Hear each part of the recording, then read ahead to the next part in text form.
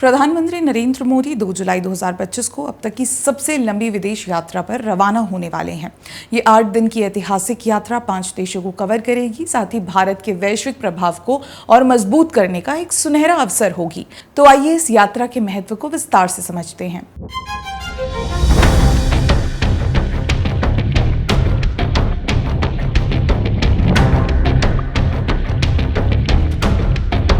तो दोस्तों, पिछले एक दशक में प्रधानमंत्री नरेंद्र मोदी ने अपनी विदेश यात्राओं के माध्यम से भारत को वैश्विक मंच पर एक सशक्त और प्रभावशाली आवाज दी है।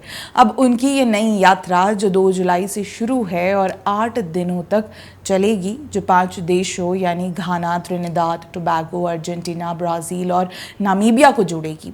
ये यात्रा न केवल उनकी सबसे लंबी विदेश यात्रा होगी, बल्कि भारत की डिप्लोमेटिक स्ट्रैटेजी और ग्लोबल साउथ के साथ संबंधों को गहरा करने की दिशा में एक महत्वपूर्ण कदम भी होगी। आपको बता दें, प्रधानमंत्री के तौर पर ये उनकी दूसरी 5 देशों की यात्रा है।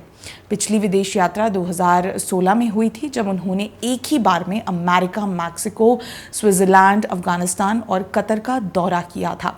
अब वापस इस यात्रा पर आते हैं और सबसे पहले इस यात्रा के महत्वपूर्ण पड़ाव की बात करते हैं, जो होगा ब्राजील, जहां 6 और 7 जुलाई 2025 को रियो डी जेनेरियो में 17वां ब्रिक्स शिखर सम्मेलन आयोजित होने जा रहा है।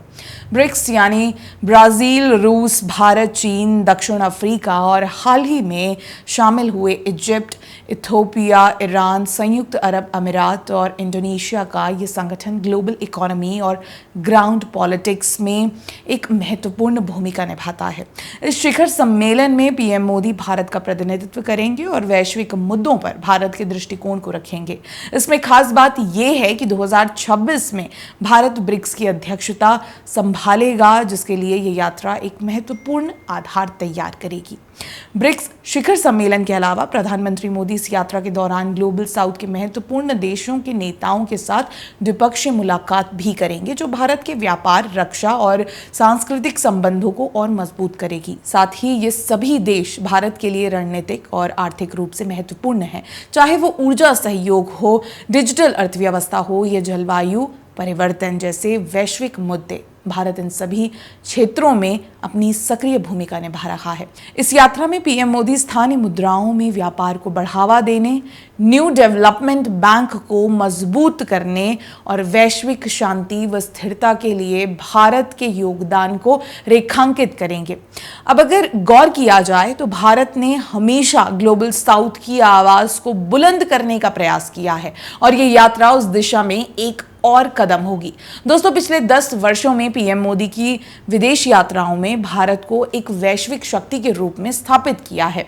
चाहे वो संयुक्त राष्ट्र का मंच हो, G20 शिखर सम्मेलन हो या ब्रिक्स जैसे संगठन, भारत ने हर जगह अपनी उपस्थिति दर्ज की है। ऐसे में ये 8 दिन की यात्रा न केवल प्रधानमंत्री मोदी की अब तक की सबसे लंबी यात्रा है, बल्कि ये भारत की बढ़ती वैश्विक जिम्मेदारी और नेतृत्व को भी दर्शाती है।